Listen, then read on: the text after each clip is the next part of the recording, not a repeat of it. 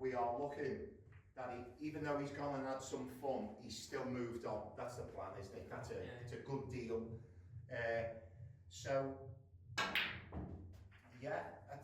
Hello everyone.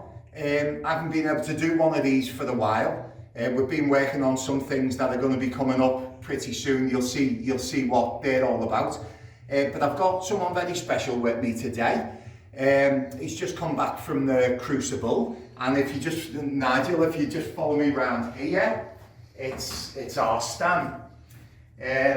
So, you're okay? You're all right? We've already been here for a few hours today. He's done amazing. I'm just so glad that he's decided to come today to work on things for next season. And it's 4 days after you were in the Crucible.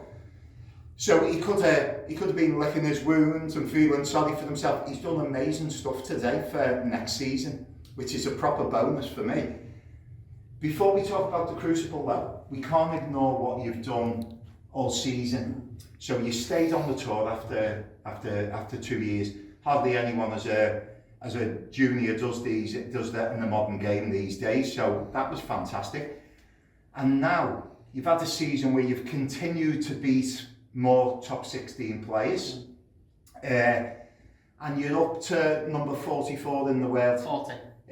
40? Yeah. and it keeps getting better, this. But 40 in the world, you know, if you would have been in the 80s or the 90s doing what he's doing, he would have been flying up. He would have been probably top 8 by now. 40 is almost like the new top 8 for 3 years as a junior for me. You know what you've had to do to do that. Hardly anyone else is doing it, hardly. That's how difficult it is. So you'd had a great season, but then it could have been, you would have probably been a bit disappointed if you wouldn't have qualified for the Crucible. So he qualifies for the Crucible and you became, correct me if I'm wrong here, you as well, Nige, you probably know more than Stan. Stan just gets on with playing the game. Is it the first player in the UK since Judd 19 years ago to qualify for the Crucible Like as a teenager? That in itself, and the game then, 19 years ago. Sorry I keep going on about this, but you cannot ignore how tough this game is these days.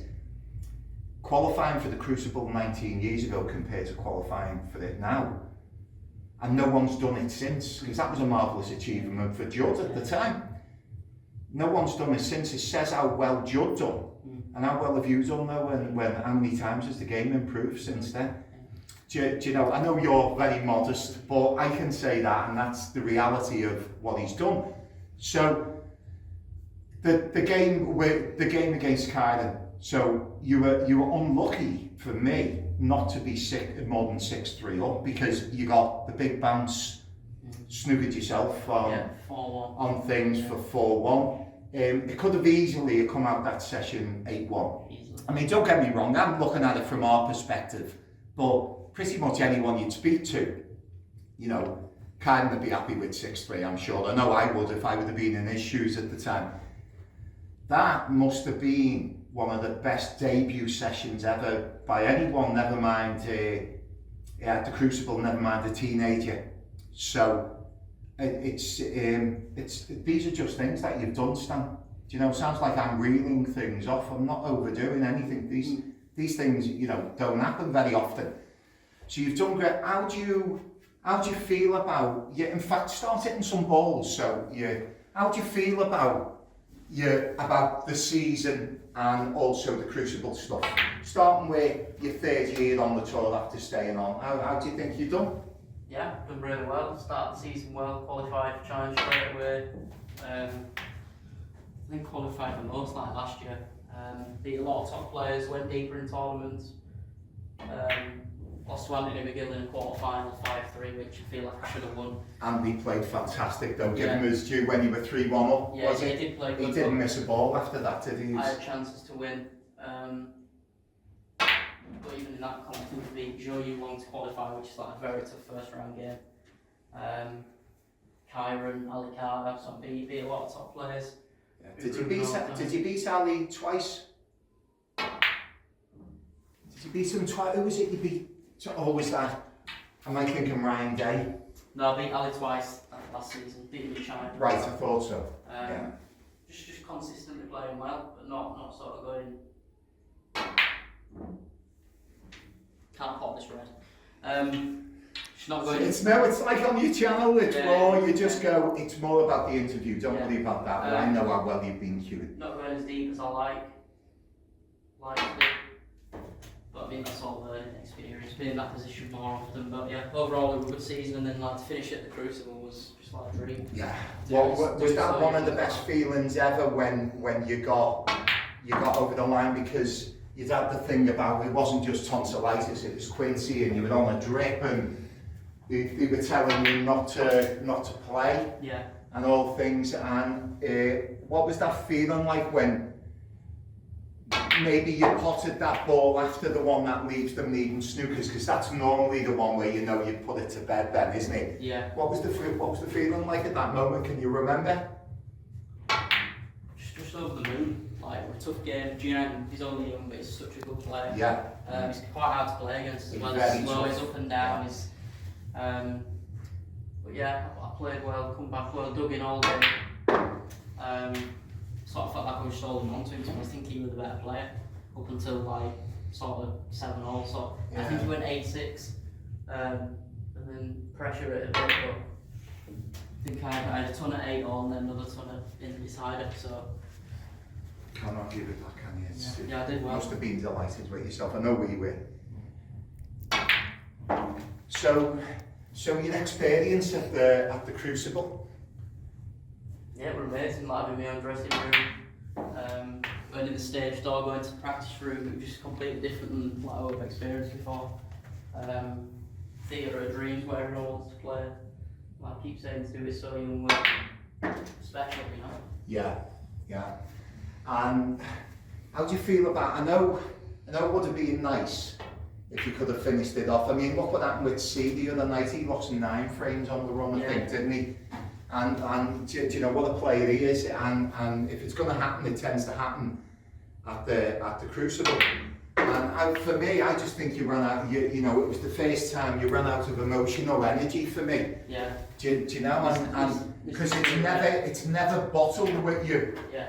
It's you've got as much bottle as I've ever seen. Yeah. And you can just see it sort of draining out here a little bit and things, and you know that's obviously give the likes of card and encouragement and things to get over the line. But if you would have potted that black, you know, that everyone was saying you shouldn't have took, it's one of them. If you cue the ball, it goes in, doesn't it? Yeah. And you were brave enough to take it. But the biggest thing for me with that is how many players I've seen go in the shell, and I did, and we all have gone into the shell over the years, in the history of the game, and he did the opposite. He was still trying to win it. He wasn't like he was trying to not lose it. And did he push the boat out a bit at times? Possibly. But I'd take that any day for the young player. The last thing that I like to see is a young player who's already trying to not lose the match. They're not trying to win it and back themselves. And you can never be accused of not trying to just take the bull by the horns and win it. I've done it in the past, and I don't enjoy playing like that. No. I'd rather have gone for that and missed it. And you go down fighting. Yeah. And you know, in a few years, there might be the odd shot, or another day you mightn't have took them shots. It depends how you feel on the day. But you weren't being kamikaze there, where you just felt like you could. I just fancied potting it. I thought I fancied it. I'm going to go for it. And like in the interview afterwards, and she said, "Do you think when the occasion got to like the pressure?" But I said, "No, I felt okay. I still felt comfortable. Just sort of, I missed a silly ready to go 8-3, and it just completely changed the match. I still felt good, and then I just thought, I'm not going to share my shell. I'm going to keep playing my shots what I want to play."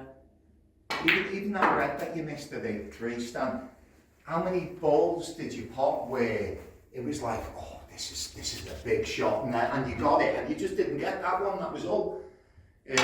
But again, for your long-term future, I'd rather have it that way than you going into your shell, because they're all the signs of a winner. I mean, you know, it's Stephen Hendry stuff as well, really, isn't it? And Stephen threw enough matches away if he would have looked back on doing that, and you know, he learned from them. So we just wanted to cover this Stan. If Stan doesn't mind me saying, Stan's in love, right? And he's going to see his girl in Thailand. Well, whether we think it's love, it's certainly young love. And he's going to see his girl in Thailand for a few weeks. And it was great that he's agreed to come here to get stuck in for a few days before he goes. I think you've got a few social media commitments, haven't you, and that as well to do before you go. But he's going to be practicing to some degree there because his girl plays as well. She's a top, you know, up and coming lady snooker player. So what we're going to do, we're going to get stuck in for a few days, then we're going to do a bit of work online, and he's going to get some practice in. So by the time he comes back, we are looking that even though he's gone and had some fun, he's still moved on. That's the plan, isn't it? It's a good deal. So, yeah, have you played before? I think so. So anyway, we just wanted a nice little quick one here. Posing thing here. I love it, by the way. Just to cap off, like, quite a special season in the modern game. And we'll see what comes, won't we, next season. He's just going to stay, he's going to improve, stay in the moment, and then just keep moving forward and doing your stuff and having a nice time in Thailand and then you go to China as well, aren't you? Yeah, China, yeah, and then back to Thailand. And good. We're all really proud of you, you know that. We couldn't be more proud of you. I've got someone very special who we're trying to put stuff together with. We're going to see how it goes, aren't we? Because we haven't got a crystal ball, as we always say, and you've done amazing. Thanks, man.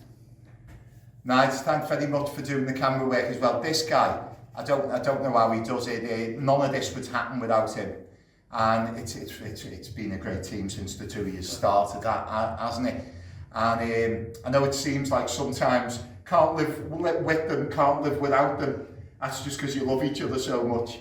And but he does an amazing job, and he's got a good team behind him. Thanks very much, and I'll see you next time.